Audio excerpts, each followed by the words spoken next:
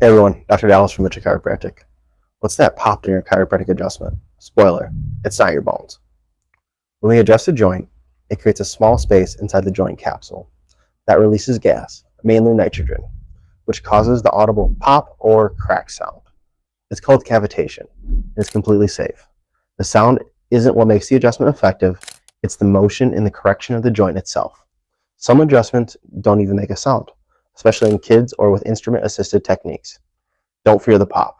Follow to bust more chiropractic myths with me every day.